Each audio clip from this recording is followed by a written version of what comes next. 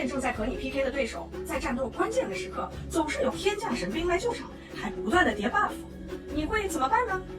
这天局也太弱了，那我要撤退，修炼升级，以后再应战。这说的是文太师吧？所以文太师也有撤了。没错，上一集啊，他的石学阵被对手西岐方面破了之后，这个文仲意识到了形势不妙，决定撤回朝歌。这一路上又困难重重，屡屡受阻。那他成功返回朝歌了吗？哎，好问题，孩儿们。我们今天呢，就来讲文太师的漫漫逃亡之路。自从输掉了所有的挑战呢，文太师终于认输，带着残兵败将往朝歌撤退。一路上，他叹息不止，愁容满面。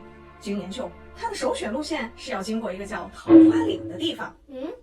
妈妈，他为什么要选桃花岭的呢？好问题。我猜呀，像他这样经验丰富的大将军，带着大部队要考虑的是路途近，容易走。他正因为屡屡吃了败仗，垂头丧气地往前走着，结果被道人广成子拦住了。广成子啊，是元始天尊的弟子，法力高强，他奉命在此处拦文仲。只听他高声喊道：“文太师，贫道在此候你多时了，你助纣为虐，不惜牺牲无数战士的生命，无视天下的百姓。今天我在此等候你，是劝你回归正途。我这桃花岭啊，你是过不去了。”妈妈，频道是什么意思啊？它是我们的 channel 频道吗？这个频道这个词儿啊，我们就不得不介绍一下由频道引出的中国文化知识点——谦称。在中国古代社会啊，谦称是一种独特的自我指代的表达方式，特别是在文学作品里、神话传说以及社交礼仪中啊，得到了广泛的应用。我们先来举几个例子吧。首先就是广成子在这里说的贫道，他于道教文化中出现，是道士们对自己谦逊的称呼。他们为什么要叫自己贫道呢？那是因为他们为了表示自己是一名普通的道人，意在强调对道家清修、简朴生活的追求。例如，在我们正在介绍的《封神榜》系列故事里啊，各种真君啊、真人啊，他们都以贫道自称。所以文太师在桃花岭遇到的广成子称自己为贫道，就是这么个意思。可是他在这里啊，是又谦逊又骄傲，主打一个讽刺的手法。第二个例子是贫僧。学过了以上贫道的意思，聪明的朋友们，你们猜猜看，它是什么意思呢？没错，它就是佛教文化中僧人们指代自己的称呼，表示自己是一名普通的僧人，强调佛教教义中的谦卑与众生平等。我就举一个在这里最著名的例子哈，在《西游记》里，我们就经常听唐僧是这么介绍自己的：长老从哪方来，到何方去？贫僧是从东土大唐而来，去往西天拜佛求经的。请问长老来自何方，去往何处啊？贫僧来自东土大唐。贫僧唐三藏参见女王陛下。有人虽然在现代汉语里，小人偏贬义，用来形容人品低劣、不正直的人，可是，在古代啊，他可是普通百姓们对上级或者是尊者交谈时的自称，表示说话的对象啊，自己的社会地位是比较低的。最后一个例子呀，也可能是在古装剧里最常见的一种谦称，就是在下，通用于各类场合的自谦，强调自己的低姿态，用表达对他人的尊重。在下运袖山庄，南虚月。所以说，谦称是中国社会人与人之间关系的缩影，体现中国人与人为善、避免冲突的特点。当然，这一文化特点呢，不仅仅在中国，而在整个的亚洲文化里都有着体现。总结下来呢，谦称有以下几个意义：礼仪的核心。古代中国社会啊，非常的注重礼仪，谦称是礼仪文化的重要体现。通过自我贬低，彰显对他人的尊重和对社会等级秩序的认可。儒家思想的影响。在儒家思想中，谦逊是一种重要的美德。孔子提倡谦而仪，认为谦逊能带来更高的德行和智慧。这种观念深刻地影响了中国古代人的言行、职业与身份的象征。不同身份和职业有特定的谦称，如贫道代表道士，贫僧代表僧人，草民用于平民。这些谦称不仅反映了个人的职业身份，也有文化的归属感。那我们的故事，文仲恼羞成怒，要想强行通过咱广成子啊，直接祭出了翻天印，它可是威力巨大的法宝。文仲见状，只好掉头就逃。你到底有多厉害？他为什么那么害怕？哎，又是一个好问题啊，艾玛。翻天印呢，是元始天尊用一节被共工撞断的不周山制成的。对共工撞不周山这一故事感兴趣的朋友们呢，可以点击我们右上角这里看我们之前讲过的不周山的内容。说到翻天印的厉害呀，它可是特别致命的宝物。在破了金光阵时，广成子就祭出了它。金光圣母躲闪不及，被他砸中，就一命呜呼了。他速度快，攻击力强，自然就变成了令文太师看见便扭头就跑的法宝。现在你知道翻天印有多厉害了吧？听起来翻天印特别厉害。嘿嘿嘿，桃花岭走不通啊！文太师带领残兵连夜赶路，终于在东方泛起了鱼肚白的时候，到达了燕山。妈妈，他在燕山顺利不顺利？这脸黑的文太师啊，还没顾得上喘口气儿，又遇到了拦路侠赤精子。赤精子高声冲着文太师吼道：“文太师，这里呀，不是你能走来的地方。我奉命燃灯道人之命在这里拦你，我劝你从哪里来的，还是回到哪里去吧。”这每走一步都有人设计给他使绊子，他这回又要改道了吗？哎，文太师心想啊，这躲得了初一，躲不了15啊！我跟他拼了！于是啊，将胯下的麒麟一夹，甩出金鞭，冲着赤精子就冲了上去。赤精子见状啊，一手挥出了宝剑，一手从怀里拿出了法宝阴阳镜。啊，又一个法宝出现了，文太师又要逃了吗？被你猜中了！太师一看阴阳镜，脸色骤变。他在十绝阵里见过这个法宝，有红白两面，能令人生死。文太师心想，我们还是不要跟他硬碰硬了，于是连忙撤退回了原路。两条路都被堵了，这次要往哪逃呢？说的也是呀，文太师手下的新环建议道：“文太师，看来这原路去不成了，咱们还是往青龙关去吧。”文仲仅沉思了片刻，也想不出办法，只好同意了。刚刚调转马头啊，半日之后，人困马乏，想安营扎寨休息一会儿，便听到有人高声喊道：“文仲，此处有我镇守，你休想过去。”这又是谁？哎，你猜猜看。提示啊，是你们最喜欢的一个小英雄。我知道，是哪吒。对，你们猜中了。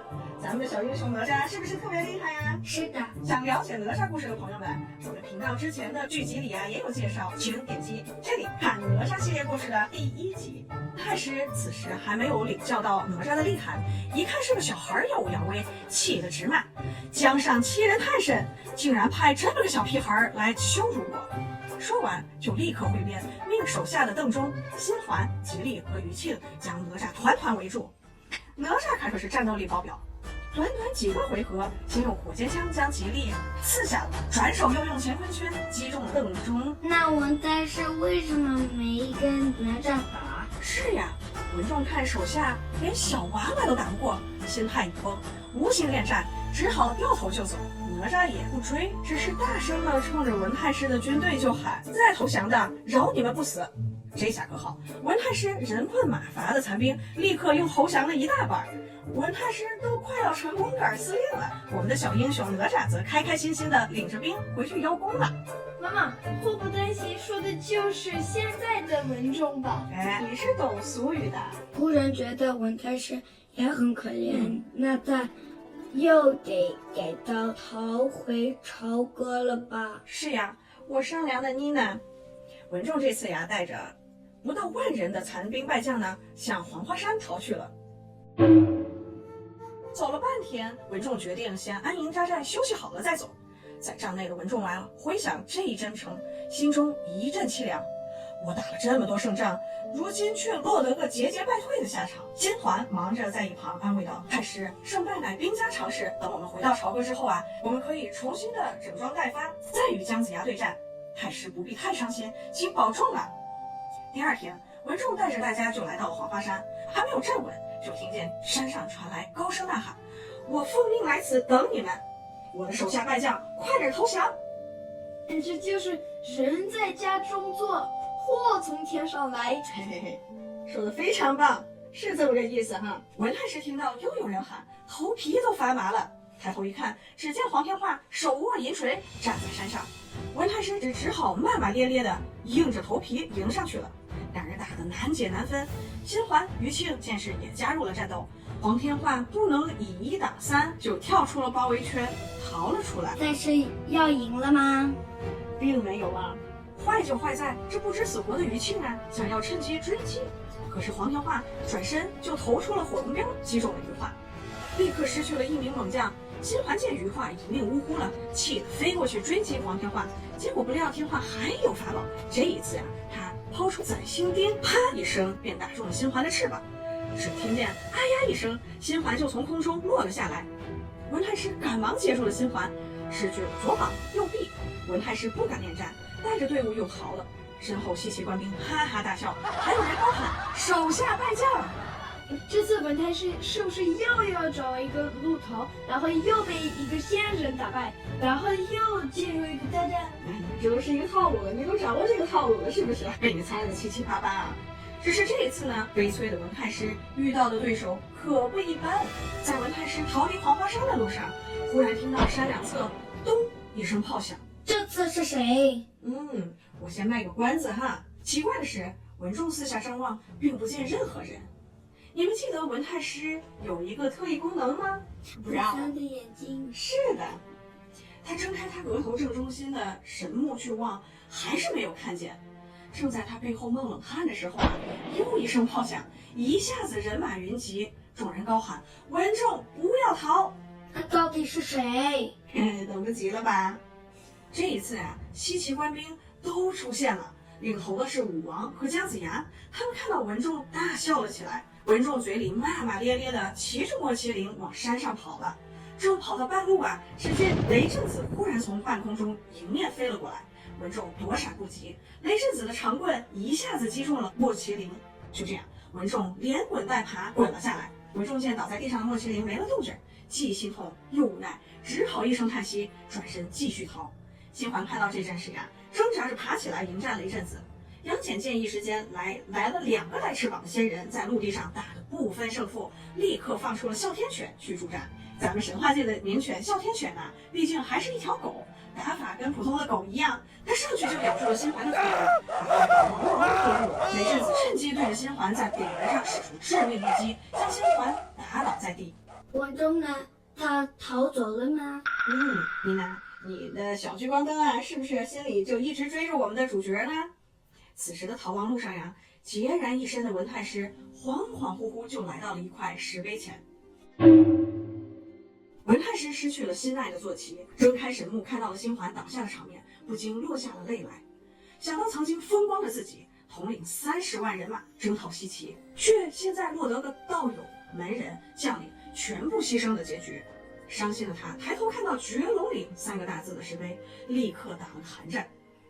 回过神来，文仲才注意到此处高山险峻，云雾弥漫。他自言自语道：“我怎么感觉哪里不对劲儿呢？我好像到过此地啊！”我记得是的，文仲在上一集的故事里确实来过这里。你说的没错。是的，是的，我还记得，好像是他师傅给他说，遇到有绝字的地方，要立刻闪开。太棒了，你们都还记得呀？没错，这时朝歌太师文仲也记起了师傅的嘱托，心想：不好，怎么又来到这儿了？不能遇到绝字，莫非我文仲今天就要命丧于此了吗？正思索着，文仲发现了一个仙人站在了面前。那个仙人啊，就是终南山玉柱洞的弟子云中子。那仙人开口说道：“文仲，你终于来了，贫道在此啊，候你多时了。那么就请你快快投降吧。”文仲心里正慌呢，但故作镇静地说道：“你能把我怎么样？”云中子呀也不再纠缠，直接动手。他立刻摊开手心，默念口诀，只见雷声隆隆，闪电劈来，文仲四周的土地上凭空竖起了8根高高的通天神火柱，把文仲团团围住。没一会儿，只见每根柱子上都飞出了7749条火龙，每条火龙的口里啊都吐出熊熊的大火。这么厉害，那他会输吗？这文太师呀也没有那么草包，就这个阵势呀都得把他制住。文仲反而哈哈大笑，不以为然地说：“就这，哈哈哈哈！你也太小瞧我了。说完，立刻口念避火诀，腾空跃起。文中子不慌不忙，早就料到了文仲的招数，从怀中掏出了紫金钵盂，口朝下抛向了文太师。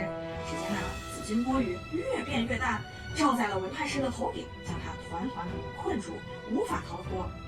这一次，文太师再也没有逃脱，就消失在了火海之中。